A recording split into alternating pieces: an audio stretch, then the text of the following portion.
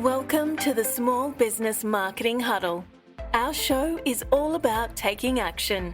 We equip you with the marketing knowledge and confidence you need to make real progress. So let's huddle up and listen in to the latest episode with your host, Lily Richmond.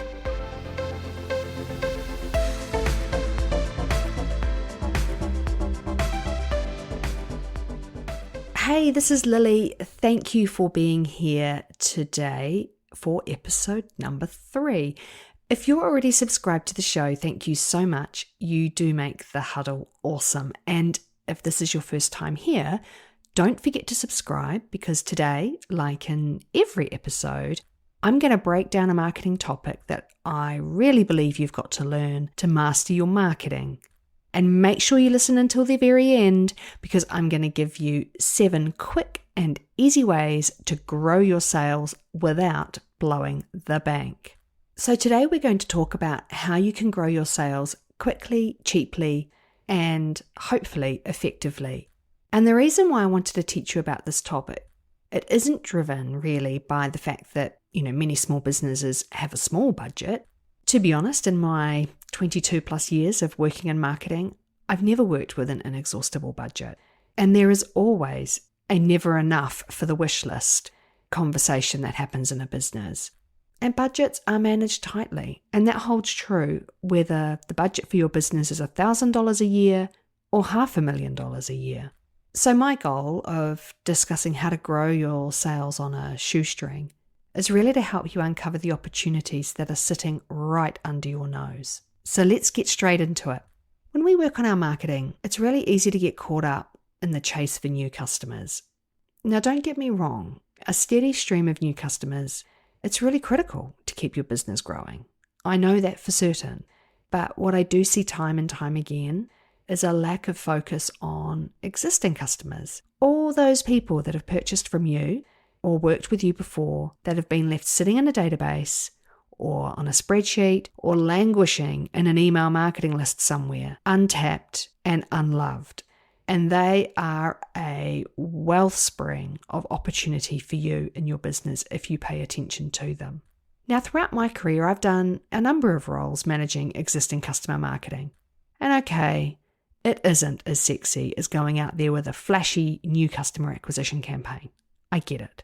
But it is really critical and a valuable and often, really overlooked stream of marketing that you as a small business owner should really prioritize. And why is that? Well, let me just give you some statistics that might blow your mind a little bit and get you focused. It costs about 5 times more to get more customers than to keep existing ones. And if that isn't a juicy enough statistic for you, your probability of selling one of your products or services to an existing customer is upwards of 60%. But for a new customer, it's anywhere between 5 and 20. Now, existing customers, because they know who you are, they're also much more likely to purchase a new product from you. So if they purchased a particular product or service that you offer, and you've got a whole range of products and services that you could offer them, they're 50% more likely to come and purchase a new product from you. They also spend, on average, upwards of 30% more than a new customer. So not only are they more likely to purchase from you, when they do, they're going to spend more than a new customer.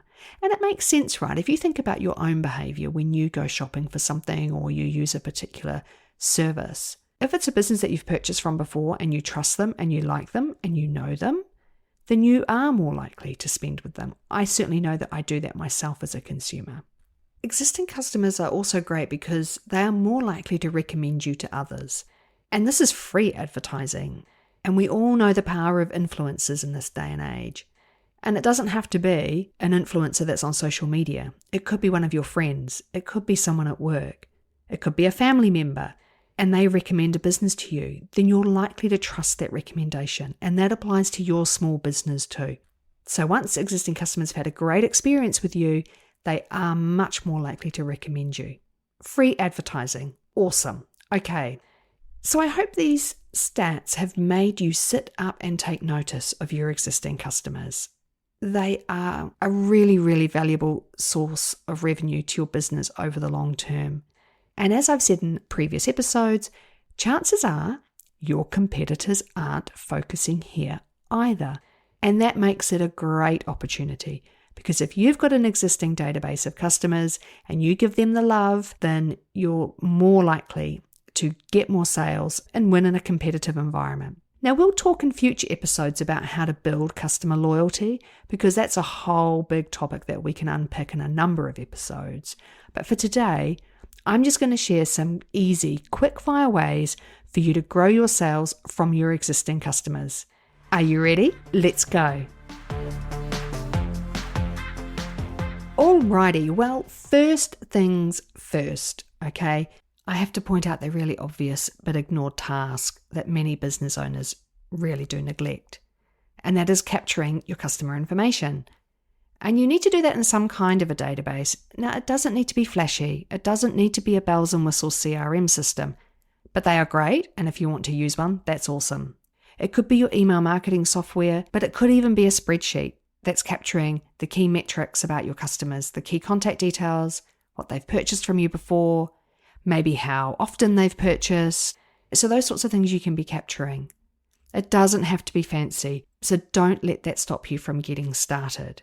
Okay, now an important note as an aside on capturing and using customer data. You've really got to make sure that you comply with the marketing and privacy requirements of your country first. So if you're not familiar with the regulations in your country, in your jurisdiction, then please make sure you go and research that first. Please do SWOT up on those, because you don't want to fall foul of any regulations in your country. And of course, I can't give you any advice on that. Okay, so you are capturing your customer data. Now what? How do you go about growing those sales? Here are 7 ways that you can grow your sales from your existing customers on a shoestring budget. So let's get through them super fast. Number 1, use your customer data to tailor your offerings. You know, a monthly generic email out to your entire database is not enough. As I mentioned earlier, for your marketing to your existing customers to be powerful, it needs to be tailored. You do know information about them. You probably know some demographic information, but also you are going to know their purchasing history with you. What products and services have they bought from you before? How often have they purchased? How much do they spend every time they purchase with you? This information is really, really powerful, because it allows you to send those customers tailored marketing offers for the things that they're interested in, and you can anticipate when they're ready to buy next. So that's the first thing, using your customer data intelligently. If you're not capturing that sort of customer information, I think a key action for you is to go away and think about how you might be able to capture that information to use in your marketing going forward. Number 2 is regular customer communications. You know, whether this is sending out an email, or it might be communicating, engaging with your community on social media, keep in touch. If you stay what we like to call in the business top of mind, then you really increase your chances of getting the sale. You know, think about yourself. If you're a consumer and you're thinking about buying a particular product or service, and you see a brand that you've shopped with before, keeping in touch with you, maybe sharing useful content on social media, that brand is front and center, and that could be just the push that you need to buy. Number 3, remind your customers about your products and services. Don't fall into the trap and make the assumption that your customer knows all about all of the products and services that you sell. To be honest, they're not thinking about your business. They don't care about it like you do. So you've really got to remind them of the value that you can bring to their lives with what you offer.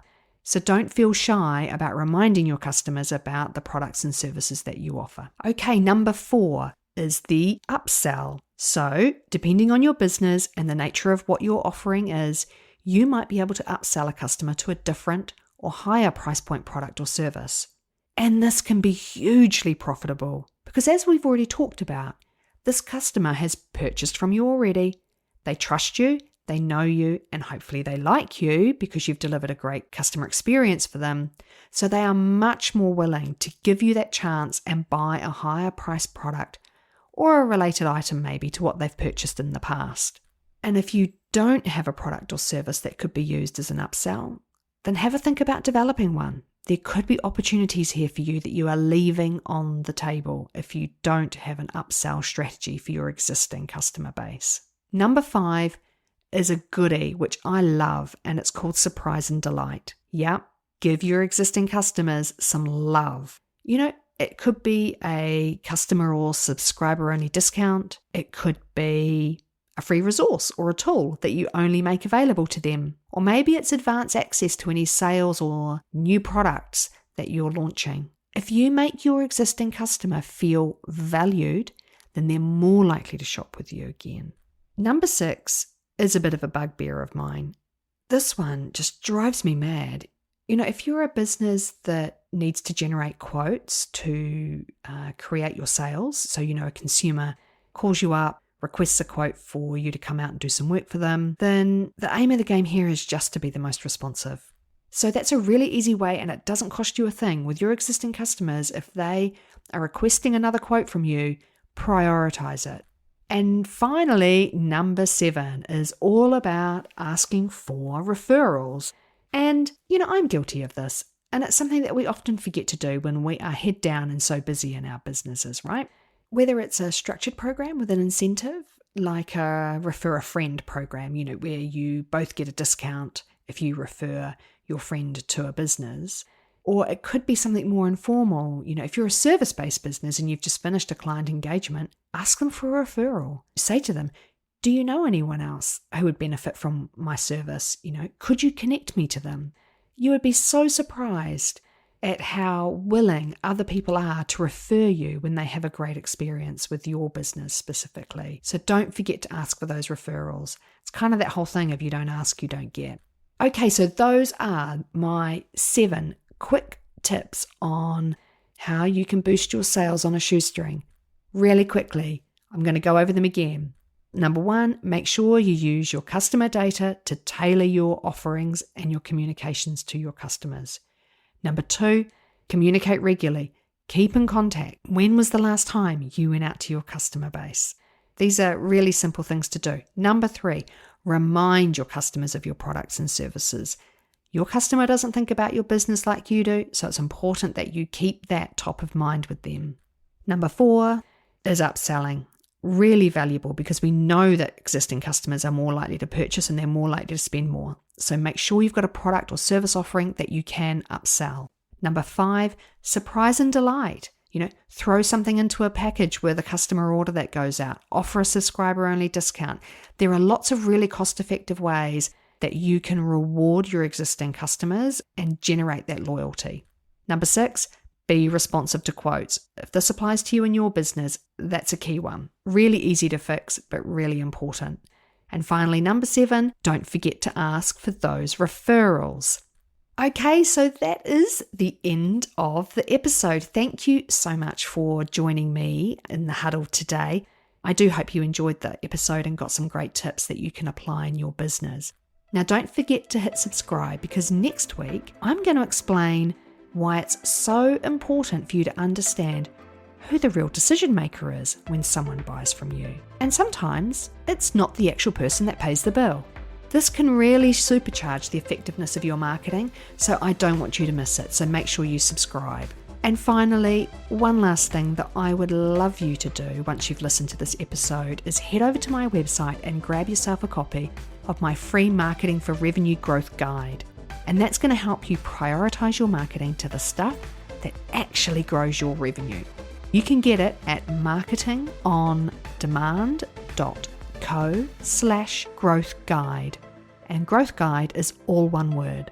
Thank you so much for listening to this episode, and I will catch you next time in the Small Business Marketing Huddle.